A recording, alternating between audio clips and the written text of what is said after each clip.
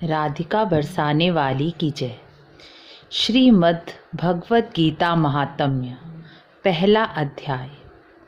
श्रीमद् भगवत गीता ऐसा महान धर्म ग्रंथ है जिसे पूरे विश्व में सबसे अधिक पढ़ा और सुना जाता है। गीता में भगवान श्री कृष्ण ने अर्जुन को जो ज्ञान दिया वह युगों युगों तक सभी मनुष्यों की समस्याओं का समाधान करने वाला है। गीता एक धार्मिक ग्रंथ तो है ही, लेकिन इसमें जीव की विभिन्न मनोस्थितियों के बारे में बताया और अर्जुन द्वारा पूछा गया है, जिसे पढ़कर हम सब मनुष्य भी अपनी अपनी समस्याओं का समाधान प्राप्त कर सकते हैं और अपने मन की स्थिति में सुधार भी ला सकते हैं। गीता का पाठ शुरू करने से पहले उसका महात्म्य जानना परम आवश्यक होता है।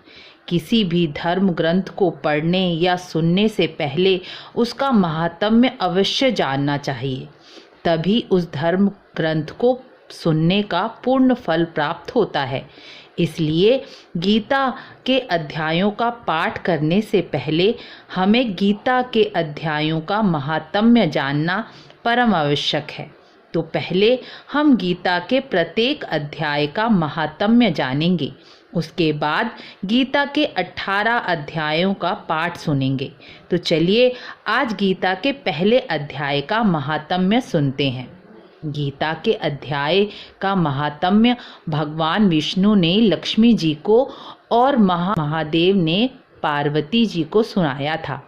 पूर्व काल में पार्वती जी ने महादेव से पूछा था कि आपने मुझे श्री विष्णु के संबंध में बहुत प्रकार के धर्म सुनाए जो मनुष्यों का उद्धार करने वाले हैं।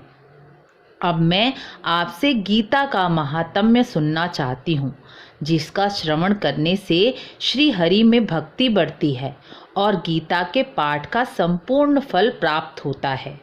तब महादेव जी बोले, पार्वती, जिनका श्री विग्रह अलसी के फूल सा श्याम है, जो अपनी महिमा से कभी च्युत नहीं होते, उन्हीं महाविष्णु की हम उपासना करते हैं।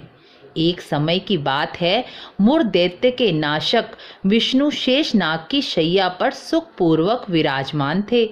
उस समय देवी लक्ष्मी ने उनसे आदर से प्रश्न किया। श्री लक्ष्मी जी ने पूछा, भगवान, आप जगत का पालन करते हुए भी अपने ऐश्वर्य के प्रति इतने उदासीन होकर इस क्षीर सागर में नींद ले रहे हैं, इसका क्या कारण है? श्री भगवान बोले, सुमुखी, मैं नींद नहीं लेता हूँ, अपितु तत्व का अनुसरण करने वाली अंतर्दृष्टि के द्वारा अपने ही तेज का साक्षात्कार करता हूँ।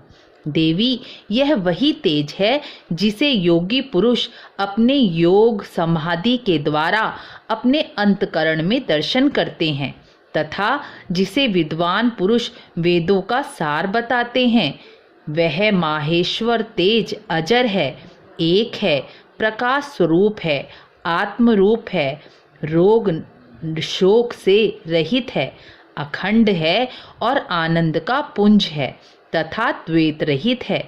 यह जगत उस माहेश्वर तेज के अधीन है। मैं अपने अंतर में उसी तेज का अनुभव करता हूँ। हे देवेश्वरी, यही कारण है कि मैं तुम्हें सोता हुआ सा प्रतीत होता हूँ। तब माँ लक्ष्मी जी ने भगवान विष्णु से पूछा, हे भगवान, आप योगियों के भी ध्येय हैं, आपके अतिरिक्त भी कोई ध्यान करने योग्य है? आपके अतिरिक्त कोई ध्यान करने योग्य तत्व है? यह जानकर मुझे बड़ी जिज्ञासा हो रही है। इस जगत की सृष्टि और संहार करने वाले आप हैं, आप सर्वसमर्थ हैं।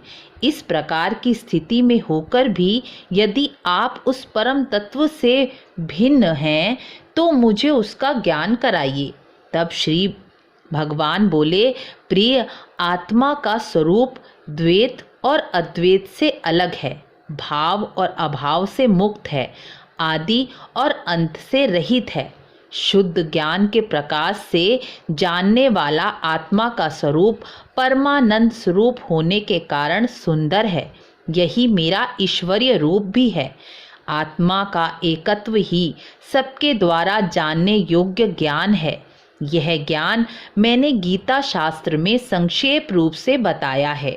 भगवान विष्णु के वचन सुनकर लक्ष्मी देवी ने शंका उत्पन्न करते हुए कहा, भगवान, यदि आपका स्वरूप स्वयं परमानंद और मन वाणी की पहुँच के बाहर है तो गीता कैसे उसका ज्ञान कराती है?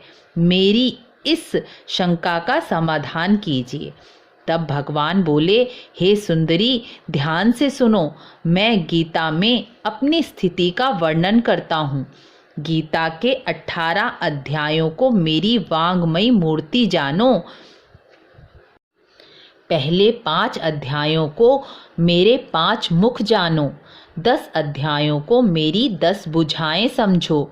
1 अध्याय को मेरा उदर और 2 अध्यायों को मेरे चरण कमल समझो। इस प्रकार इन 18 अध्यायों में मैं संपूर्ण रूप से स्थित हूँ। यह ज्ञान ही सारे पापों का नाश करने वाला है। जो उत्तम बुद्धि वाला मनुष्य गीता के 1 या आधे अध्याय का या 1 या आधे श्लोक का भी प्रतिदिन अभ्यास करता है तो वह सुशर्मा के समान मुक्त हो जाता है। तब लक्ष्मी देवी ने पूछा, देव, यह सुशर्मा कौन था? किस जाति का था? वह मुक्त किस प्रकार हुआ? श्री भगवान बोले, प्रिय, सुशर्मा बड़ी खोटी बुद्धि का मनुष्य था। ब्राह्मण के कुल में जन्म होते हुए भी उसमें ब्राह्मण का कोई गुण ना था। पापियों का तो वह शिरोमणि था। वह ना ध्यान करता, ना जप, ना हवन, ना अतिथियों का सत्कार करता। वह लंपट, सदा विषयों में आसक्त रहने वाला मनुष्य था। वह हल जोतता और पत्ते बेचकर जीविका चलाता था। ब्राह्मण होने के बाद भी वह मांस मदिरा का सेवन करता था। इस प्रकार उसने अपने जीवन का बहुत काल व्यतीत कर दिया। एक दिन मूढ़ बुद्धि सुशर्मा पत्ते लाने के लिए किसी ऋषि की वाटिका में घूम रहा था कि इसी बीच एक काले विषधारी सर्प ने उसे डस लिया और उसकी मृत्यु हो गई। वह नरक की यातनाएं भोगते हुए वापस मृत्यु लोक में लौट आया और वह बोझा ढोने वाला बैल बना। उस समय किसी अपंग मनुष्य ने स्वयं को आराम पहुंचाने के उद्देश्य से उसे खरीद लिया। बैल ने उस अपंग मनुष्यों का भार ढोते ढोते बड़े कष्ट से 7-8 वर्ष बिताए। एक दिन उस अपंग व्यक्ति ने किसी ऊंचे स्थान पर बहुत देर तक उस बैल को तेजी के साथ घुमाया, जिससे वह थककर बेहोश हो गया और यह देखने के लिए वहां बड़ी भीड़ इकट्ठी हो गई। उसकी दयनीय स्थिति को देखकर वहां एकत्रित हुई भीड़ में से किसी पुण्यात्मा ने अपने पुण्य को याद करते हुए उसे बैल के लिए दान किया। उस भीड़ में से एक वैश्या ने भी देखा देखी अपने पुण्य का पता नहीं था उसे, लेकिन देखा देखी उसने भी बैल के लिए अपने पुण्य का त्याग किया और बैल मुक्त हो गया और यमराज के दूत मरे हुए प्राणी को यमपुरी ले गए। वहां उसे वैश्या के पुण्य से पुण्यवान हो गया, ऐसा जानकर उसे छोड़ दिया गया। फिर वह पृथ्वी पर उत्तम कुल वाले ब्राह्मण कुल में उत्पन्न हुआ। उस समय उसे अपने पिछले जन्म की बातों का स्मरण बना रहा। कुछ काल बीत जाने पर उसने कल्याण तत्व की जिज्ञासा से वह उस वैश्या को ढूंढते हुए उसके पास पहुंचा और उसे उसके दान की बात बतलाते हुए पूछा कि तुमने ऐसा कौन सा पुण्य दान किया था जिससे मैं मुक्त होकर दोबारा अपने कल्याण के लिए उत्तम ब्राह्मण कुल में उत्पन्न हुआ।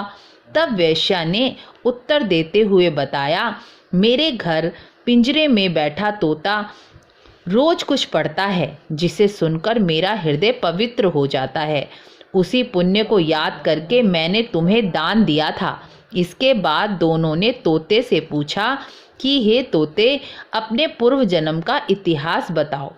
तोते ने पूर्व जन्म का इतिहास बताया। शुक बोला, मैं पूर्व जन्म में विद्वान होकर भी अपने ज्ञान के अहंकार से मोहित रहता था। मेरा राग द्वेष इतना बढ़ गया था कि सज्जन और गुणवान विद्वानों के प्रति भी मैं ईर्ष्या भाव रखता था। समयानुसार मेरी मृत्यु हुई और मैं अनेक घृणित लोकों में भटकता हुआ उसके बाद मृत्यु लोक में तोते के रूप में जन्म मिला। सद्गुरु की निंदा के कारण तोते के रूप में जन्म मिला। पापी होने के कारण छोटी अवस्था में माँ बाप से मेरा वियोग हो गया और मुझे श्रेष्ठ मुनि अपने आश्रम में उठा लाए और पिंजरे में डाल दिया। वहीं मुझे पढ़ाया गया। वहाँ मुनि अपने बालकों को गीता के प्रथम अध्याय का पाठ सिखाते थे, जिसे सुनकर मैं भी बार बार पाठ करने लगा। इसी बीच एक बहेलिये ने मुझे चुरा लिया और इस देवी ने मुझे खरीद लिया। यह मेरा इतिहास है जिसे मैंने आप लोगों को बता दिया। पूर्व काल में मैंने गीता के प्रथम अध्याय का पाठ किया था, जिससे मैंने अपने पापों को दूर किया है और इस वेश्या का हृदय भी पवित्र हुआ है और इसी पुण्य से सुशर्मा भी अपने पापों से मुक्त हुए हैं। इस प्रकार तीनों गीता के प्रथम अध्याय के महात्म्य की प्रशंसा करते हुए निरंतर गीता के प्रथम अध्याय का पाठ करने लगे। इसलिए जो गीता के प्रथम अध्याय को सुनता है, पढ़ता है और निरंतर अभ्यास करता है, उसे इस भवसागर को पार करने में कोई कठिनाई नहीं होती। राधे राधे।